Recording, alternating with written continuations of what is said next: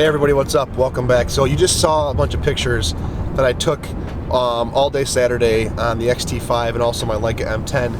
I don't think those are really great pictures. That's not why I'm showing you them. I'm showing you them more because what I did yesterday was I took this X-T5 and I took my Leica M10 and I went out with the intention of treating them like documentary cameras. In other words, just capture the day.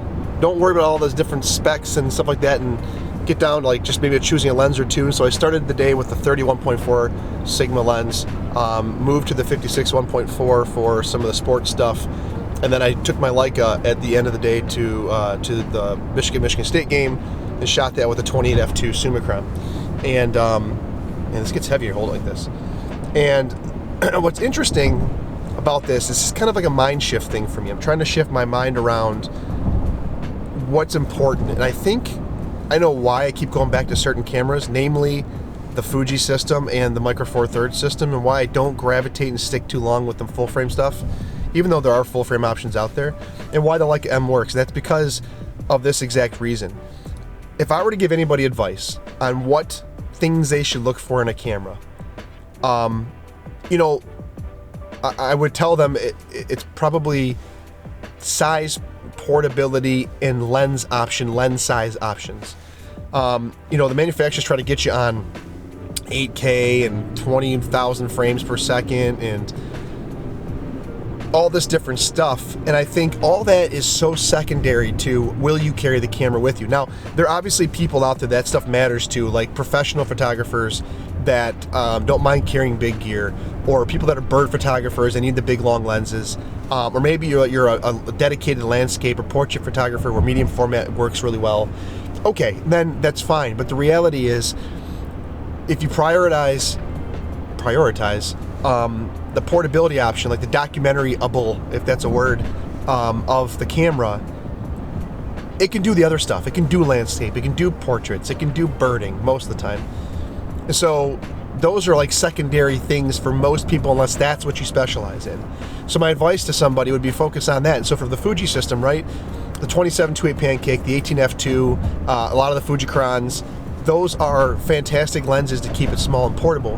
The Leica M system works because those lenses are small and portable, or even the Leica Q, right, Leica Q system. Micro Four Thirds is probably the best example of that. And so I would point people in those directions. Now, there are full frame options out like the Sony A7C, where you can get some of those 2.5 G lenses that they have.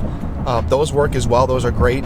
But it's just, I think that's the key. If you're not going to be willing to carry it with you, then you're going to miss a lot. I mean, the Ricoh GR system, I don't think that's a good all-arounder, but it's great for documentary type stuff. That's what I would point people towards. So last night, for example, you know, I carried the Leica M to the Little Caesars Arena, which is where the Wings play, to watch the Michigan State hockey game. They have very strict rules around cameras, like no interchangeable lenses, no lenses longer than like X amount of inches. But every time I've been able to get either a Fuji Micro Four Thirds or my Leica M in there, because they look at them and the lenses are so small, they're unassuming. You know, last night it was the 28 Summicron. They did stop me. They did ask the manager, and the guy's like, "Oh, that's fine," right? Because it looks like an old film camera. He didn't care.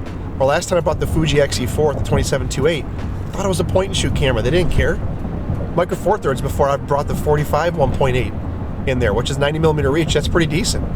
They didn't care about that. And so that's where I'd point people. And I'm just doing all this because this next week I'm going to totally change it up and do my 52 frames in my videos, in my little vlogging, totally mobile with just my iPhone, which is going to be fun. I'm going to ditch the cameras, and it's going to be a lot of fun. So that's my advice. If you're looking to buy a camera, like some of my friends are, by the way, I have some like my buddies and their wives like, "Oh, I want a camera," because they have kids and stuff. What would you recommend? That's the stuff I would pick first, because you take it with you. So yeah. Anyways, I'm off for my hockey game. It's Super Bowl Sunday. I don't know. Was it Chiefs and Eagles? Is that what it is? I'm gonna go with the Chiefs. By the way, this road is under construction and it's horrible. If the IBIS is smoothing that out, that's impressive.